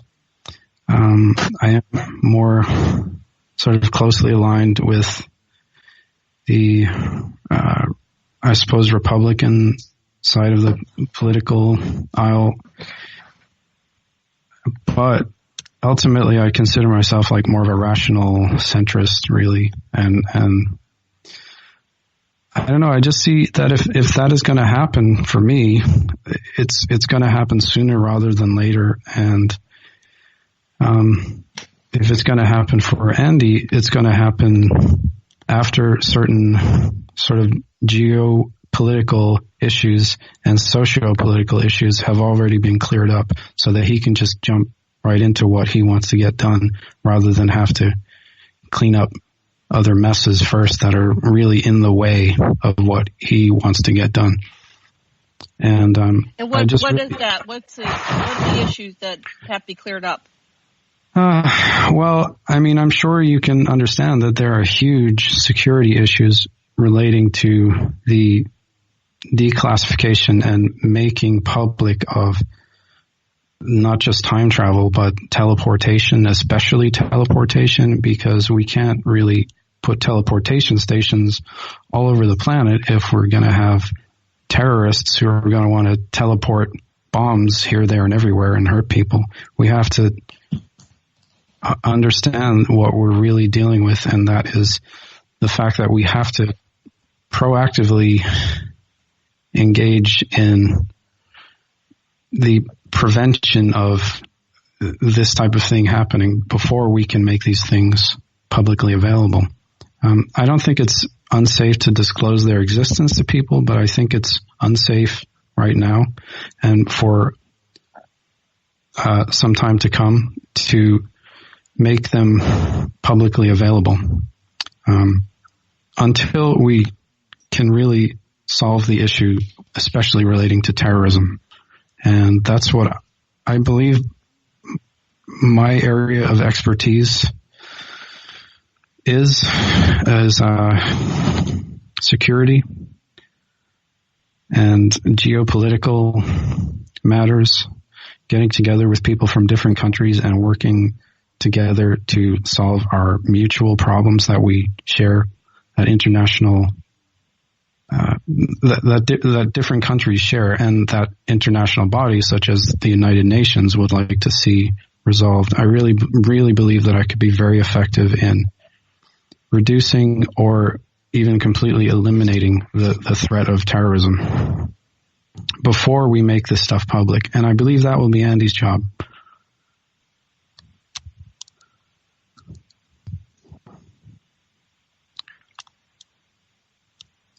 Sorry, I was on mute. And so Andy will be doing the second part. Andy, how do you know that you're going to be president of the United States? What was your source of information? Well, first of all, in a multiverse in which if the number of timelines was reduced to 12 times New Roman, the number itself would stretch for 130 million miles.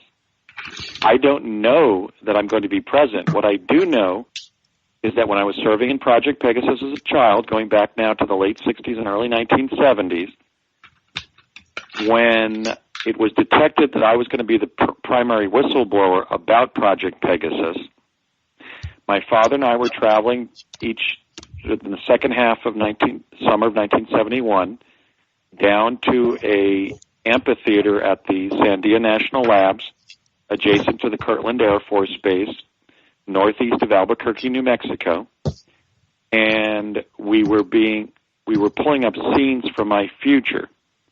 And in that experience, as a 9-year-old in summer of 71, I was shown pictures of my presidency. I was shown pictures of my inaugural speech on the steps of the Capitol and giving White House talks in the East Room, the Rose Garden, etc., like any other president.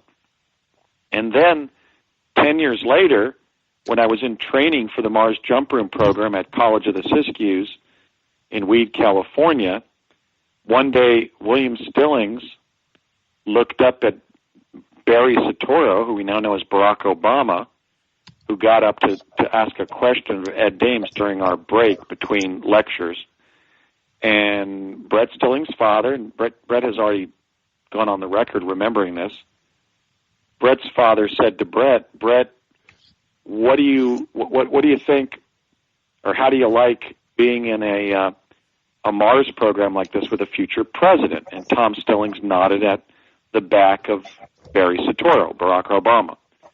And before Brett could answer, my father, who was sitting next to us, thrust two fingers into the aisle between my father and my seat and the seats of Brett Stillings and his father, Tom, and looking at me with his eye twitching, said, 2 future presidents.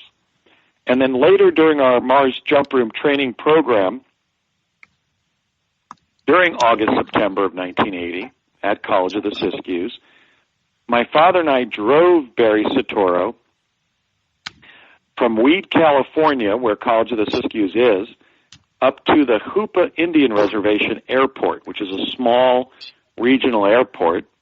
So he could take a Cessna, actually, very small plane, to the Portland International Airport, so he could then fly to Hawaii to visit his grandparents on Oahu in Hawaii.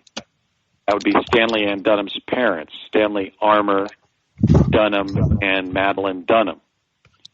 And when we were driving back, I noticed that when we were driving up there, my dad was being very cautious behind the wheel. And so when we were driving back, I said, Dad, is it really true that I become president someday? And he said, yeah. And I said, really? And he goes, yeah. He said, Barry becomes president in his late 40s, and he said, you become president in your 60s. You may recall that when I ran in 2016, acknowledged that I did not believe I had a chance of winning. I was just learning the ropes. So I'm not asserting that I know I'm going to be president. What I've asserted that one or more timeline, it was quantum access done on one or more major timelines. I was a future president. I don't discount the possibility that Michael may be one as well. I certainly wish him luck. But I'm not asserting that I have to be president or will be president. What I've shared with, just as I shared, for example, the chronovisor images of the flooding of the Supreme Court building in Washington, D.C., what I'm sharing is information that I know quantum accessed by the U.S. intelligence community as a result of DARPA's Project Pegasus, which my father and I served on. So in a similar vein, for example, I've described how we had lunch with both Bushes, and George W. Bush, who was then about 24, 25 years old, was going all over that restaurant in New Mexico going, have you heard my daddy and I are going to be president? And then later, we had lunch with a young Bill Clinton who was sitting right next to me when his presidency was discussed. And they said, Bill, how are you doing with the information? So what I've shared is the fact that I saw my presidency and I was told about it 10 years later, and that of the future presidents in the last 25, 30 years, I and my father and other people with ties to the U.S. intelligence community knew who George W. Bush, George H.W. Bush, Bill Clinton, and Barack Obama were, because the U.S. government has been quantum accessing the future and identifying future presidents. So I don't really discount the possibility that Michael may be one of them. I don't know. I don't know what anybody's, one of the amazing things in my life is I've known people who have done exceptional things, and you never would have known it at the time. I mean, I went to high school, for example, with, Kevin Spacey, Mayor Winningham, and Val Kilmer. And sure, they were into acting, but we didn't know they were going to become superstars, in Hollywood. And I've had other friends who have done remarkable things. I mean, if you had asked me a couple of years before I did Coast to Coast AM whether I'd become a media personality, I would have probably said no. I was practicing law. So I cannot judge what Michael is saying. I mean, anybody potentially could become president. Who am I to say who it's going to be? I'm just sharing the fact that on one or more timelines, my presidency was quantum access. Whether it now will not occur because of my recent problems with my vision, that could be disqualifying. I don't want to be a visually challenged U.S. president. So maybe it's a matter of the fact that on 15 out of 20 major timelines, they saw my presidency, and that's what we looked at, and that's what my dad was briefed on before he told me in 1980 that Barry and I were future presidents. And Obama did reach the presidency, but maybe I won't because of my vision. I don't know. But I've just shared the fact that this was something discussed with me at around age 10 and again around age 18 when I then transitioned from a normal life into working for the government again. The point is, and the reason I've shared it more than any vainglory about becoming president myself, is I want the American people to know that the U.S. intelligence community, the U.S. government in its inner sanctum, has been operating on a nonlinear basis. That's why CIA agents are so cagey about not saying something that might be overheard by somebody else. Or when you meet them and you talk to them, they're so guarded about what they say. Because the empirical Hey, guys, basis... we have 1 minute when we're off the air, so I want everybody to have a chance to say goodbye and final words. We're going to have the music in like 30 seconds. And for president. On the day after disclosure, they'll be saying, you know what? Bashaga and Macintosh were right. Well, and it's like the Beatles records. There's clues everywhere. It's like the Paul is dead clues. There are clues everywhere. There are clues everywhere. They'll look back on it and go, oh, duh. Yeah, well, like 300 song clues. Well, thank you both for coming on the air. Thank you, Mad Painter Thomas Becker. Thank you, Sasha Allie Pleasant. Thank you, listeners. Love and blessings. Aloha.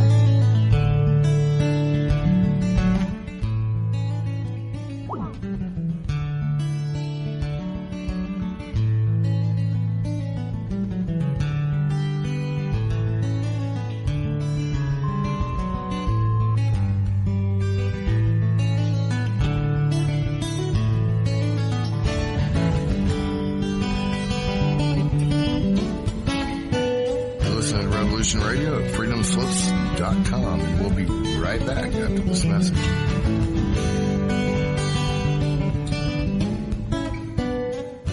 Ladies and gentlemen, can I please have your attention? I've just been handed an urgent news story, and I need all of you to stop what you're doing and listen. On the go? Still want to listen? Don't have one of those fancy phones with too many buttons. Don't know what an app is? Or you don't even care? Well, we got you here at Revolution Radio. Now you can dial in 24/7 to listen to our shows. We have a number for Studio A and Studio B, and best of all, it's free. Don't forget, your carrier charges for your cell phone provider may apply, though, so check with your cell provider to make sure. So ready? Here you go. Get a pen. Here's the number. Studio A is 712-432-6958, and Studio B is 716-748-0112. Thank you very much for listening to Revolution Radio, freedomslips.com, the #1 listener-supported radio station in the world. Hey everyone, it's Barbara Jean Lindsay, the Cosmic Oracle. If you have questions about your past lives or future plans, need answers from the cosmos about your love life or career, or just want to keep your finger on the pulse of the planet, check out my show, The Cosmic Oracle, here on Revolution Radio at freedomslips.com.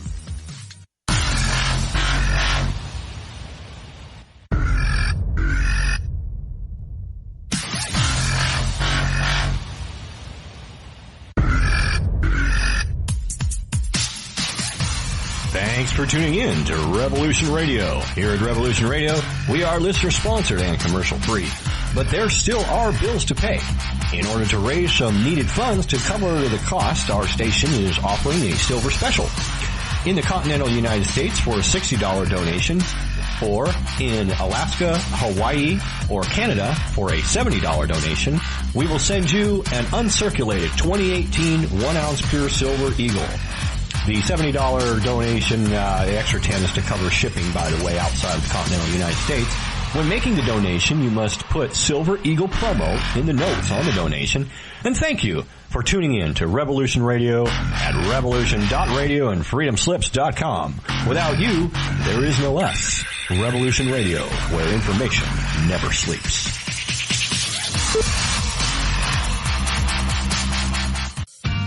Looking for a nightcap to fill your listening needs? Come join us on Spaced Out Radio with me, Dave Scott, right here on Revolution Radio. Monday through Friday for 3 hours a night, starting at 9 p.m. Pacific, midnight Eastern, we will take you down the supernatural path. From E.T. contact to the paranormal and all of the spiritual, cryptid, and conspiracy stories in between. You can find us right here on Revolution Radio, at spacedoutradio.com, on Twitter at